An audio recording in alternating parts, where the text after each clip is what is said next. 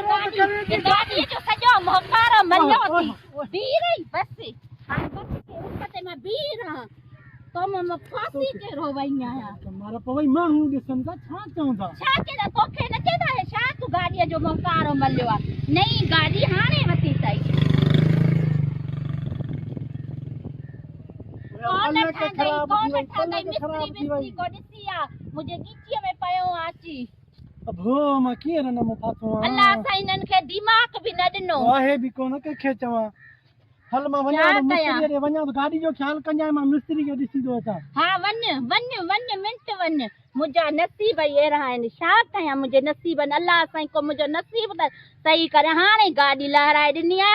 गाड़ी जो मोकार मले वे की दे पियो दी नहीं है ए गिटी मेरे दिल भर दिए हे मोलाए काडे वयो कोई मानू जार नाही अल्लाह मो काडे हलियो वयो हाने मां इते बी रही आया पारन पट्टे मो मां फासी वई आया पारन पट्टे मुजी गीची में पयो अल्लाह साईं को तू दिमाग देस मुखे त पारन पट्टे अची गीची में पयो हाने मां इते बीठी आया गाड़ी जा कोई न के मिस्त्री नजर न थो लभे चाचो आदी अदा हे मुझो मुर्स वयो आ गाड़ी वारो चे तो झंगवा को मिस्त्री न थसे ये गाड़ी ते बिहारे पारन पट्टे ओला काडे हलियो वयो मां भी ते बीही रही आया अरे को कहर पैसियो खबर थी आहे कूड़ो एडी बना धुप में तो भूरड़ी बगी के उसते प्यारे वा चंद्रो मिस्त्री ते तो होयो मारी सामुदाय मिस्त्री वयो काडे ने भागो पूरो कलाक ते वा पारन पट्टे ते वयो चे गोठा में मिस्त्री ना है ने पूरो कलाक ते मैं ते बीठी आया अरे को जुल्म पंदा से केरी भूरड़ी के ते उसते बिहारे वा तू आदी परेशान न थी तुजो भा आहे ना हाने मां कहे तो वना ओडे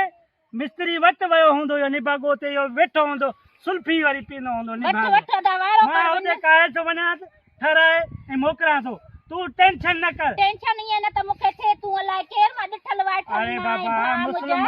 मुसलमान भा है बहन सही है भा तू सही है टेंशन न कर काय मुजो बथो फिरे तो काय बाबा तू इते छा ते वे बाप घर धानी के कारी गर्मी ता आए छा कया कारी थी विनी यो निभागो तो के चाहे तो कारी थे ए गर्मी केडी लगी पई है म छा कया पारन पट्टे थे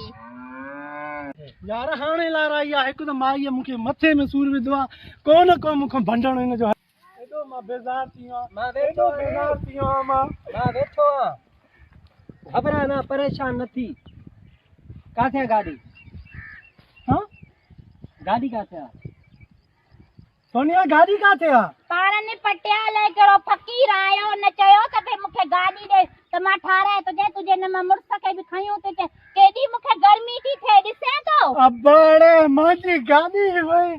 मां छा गया मां पिट के ने अची हाणे मां वेल ने अची पारन पट्टे हुन मुखे चयो त मैं तुझे मुर्स के खयो तो अचा न मुखे या गाल कई अरे खुदाई का मार पवई तू केड़ो मिस्त्री ने भागो का आयो अल्लाह करो फकीर भेण कहे जे भे अदीमा तो के ठारे तुझो मुर्स खयो तो अचा गोड़े सदाई मां लितरन में ला खेर करे हालो उथे यार मुंजो त करनी हेडो पंध करायो थी मां के दाण कुछ कराणी वंड छा तो से करा मुझे एक गाड़ी वई हली